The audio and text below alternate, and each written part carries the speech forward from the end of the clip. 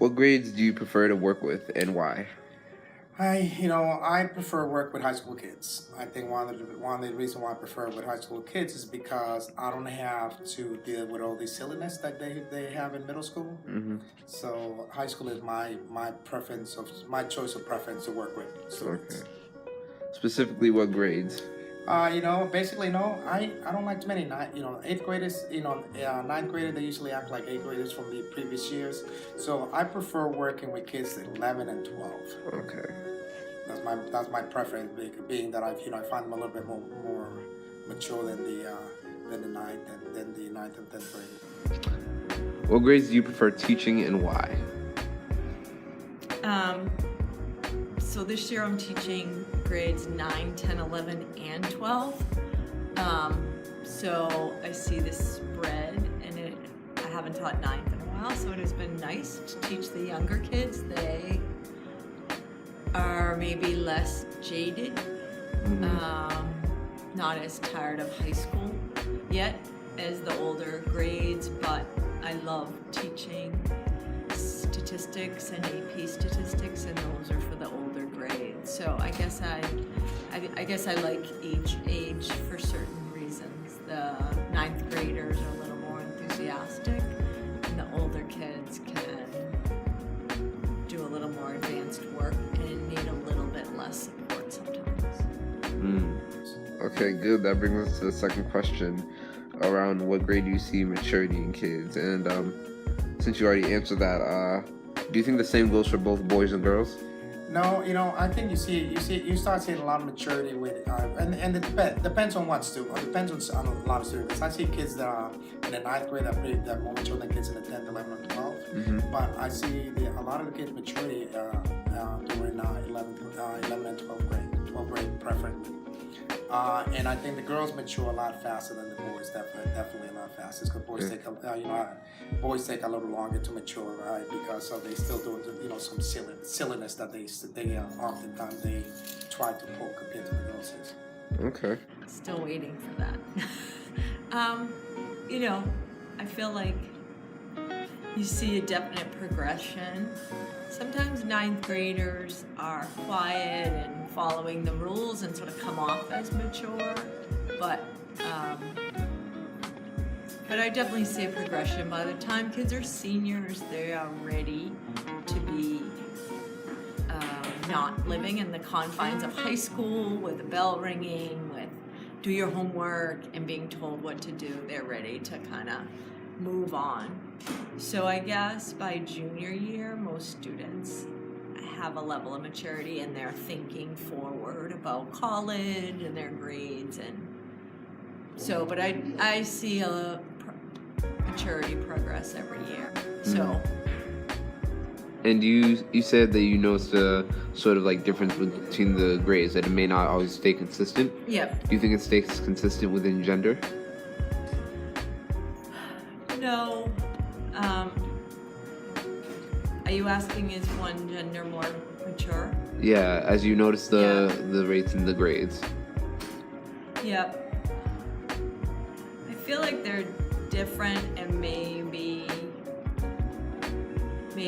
boys mature less quickly, are more kind of playing a game or focused on that stuff, and girls are maybe more mature and ready to able to kind of separate the fun stuff they'd really rather be doing than what they're supposed to be doing in class. And what do you think maturity is to you? I think for me, maturity is someone who takes responsibility for behavior and action.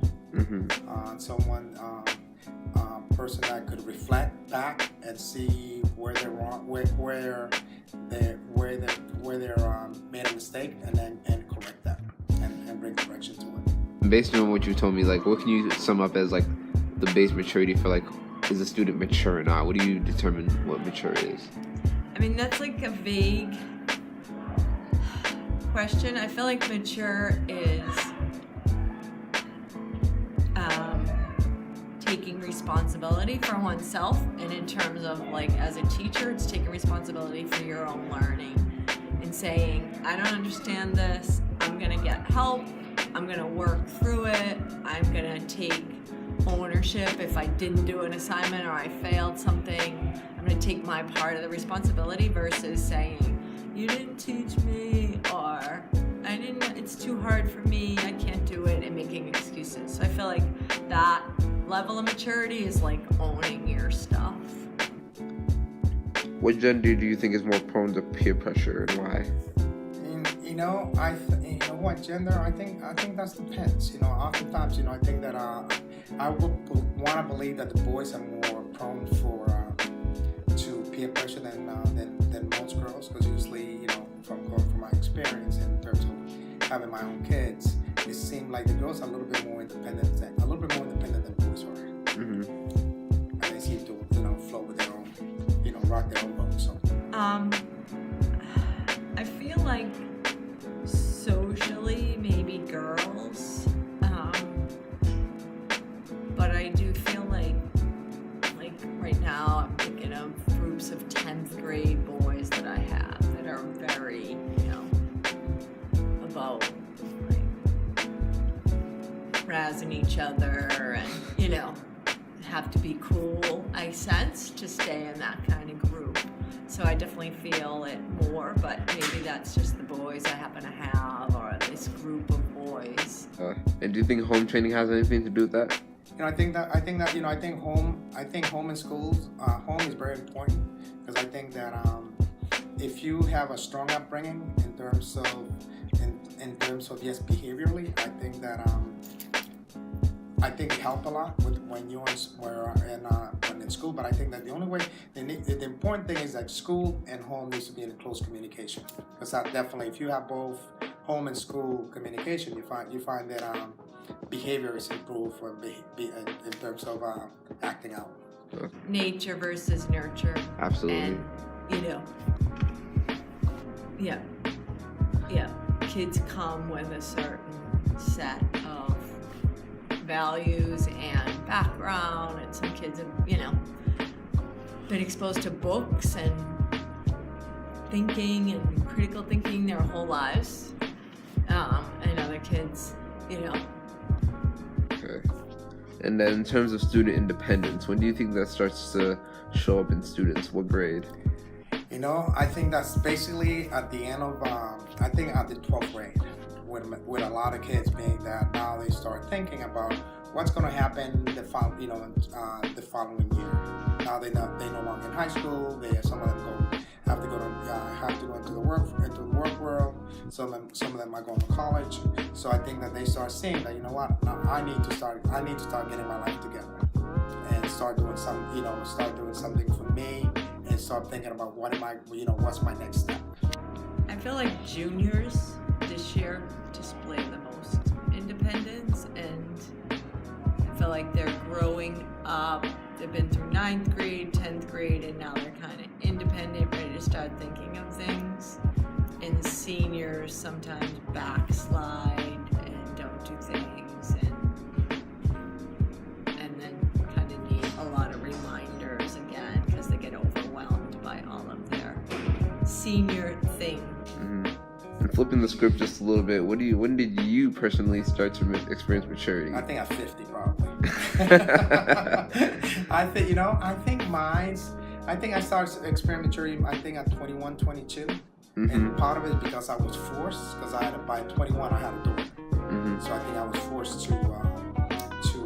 forced to start acting like a parent compared to acting like, you know, someone who's 21 years old, they have no responsibilities. I would say high school and like right after high school. Mm. Felt like, yeah, I definitely didn't feel socially great in middle school at all. And do you feel like, looking back at like the environment that you grew up in versus what the kids are going through nowadays, who do you think had to like mature up first? I think a lot, you know, and looking at the environment and looking at and the kids now today, I think that usually you find a lot of the young ladies mature a lot faster than the boys. Mm-hmm. You know, some of them because they are forced to, some of them because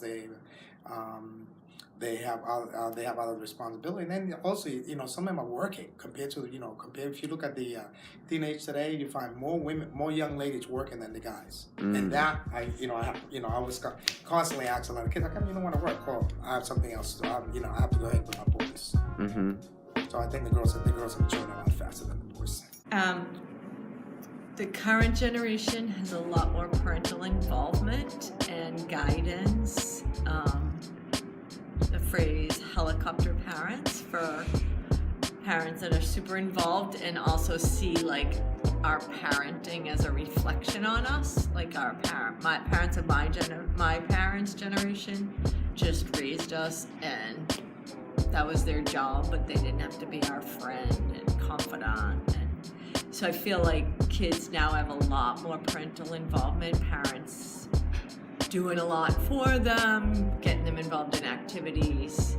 And the other major difference is technology, that this generation has grown up with technology, and devices are part of their lives 24/7. Most of us, a lot of people my age, but almost all teens I come in contact with, very hard time putting down their devices and spending any kind of time engaging verbally or with math or literature or anything without checking the device or using the device or playing a game while listening, multitasking.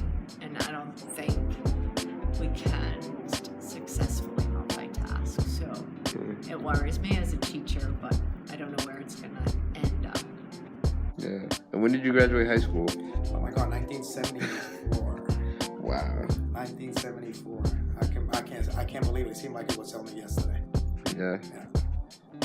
And you mentioned a daughter that you had, and I also want you to think about someone who's younger than you than who's a boy. And who do you think was going to be better suited, growing up in high school? Who do you think is going to have a harder time? I think that my son had a harder time compared to my daughter. I think my daughter was a lot more focused than my son in terms of the academic part. And even though he was brighter than he was brighter than her. And my daughter always came ahead because she worked a lot harder. Okay. So, I think that my daughter could, and she went to school, she was focused, she married a mechanical engineer. And so my son majored in business, but it took him about a few months after he graduated from college to find a job compared to her. She had a job 3 months before graduating from high school. Wow. Not graduating from college, I'm sorry. Okay. Yeah, so there's some sort of like ups and downs between social growth, independence, and things like that. Yeah. The only one of each gender I can think of are kids that are in second grade now. And they're very different, but I definitely feel like the girl is more mature than the boy and better at following rules. Like, there's a lot of rules in high school. And so I feel like, and maybe he will mature, but I feel like now I don't want to do that, or, doing what he's not supposed to do, kind of acting out more. So I feel like, but they're both a long way from high school, so I see most boys I teach are mature and hold it together, and some are immature and need to goof around in math class or play a video game on their phone. It's such a draw for them. But a lot of kids here are mature and have a lot on their plate to deal with outside of just the classroom. It's easy to forget the kid's whole other life, and you have to remember every day. A lot of pressure on these kids every day, not just like what I'm trying to get across. And just for the record, state your name and your position. My name is Jose Solis, and I'm here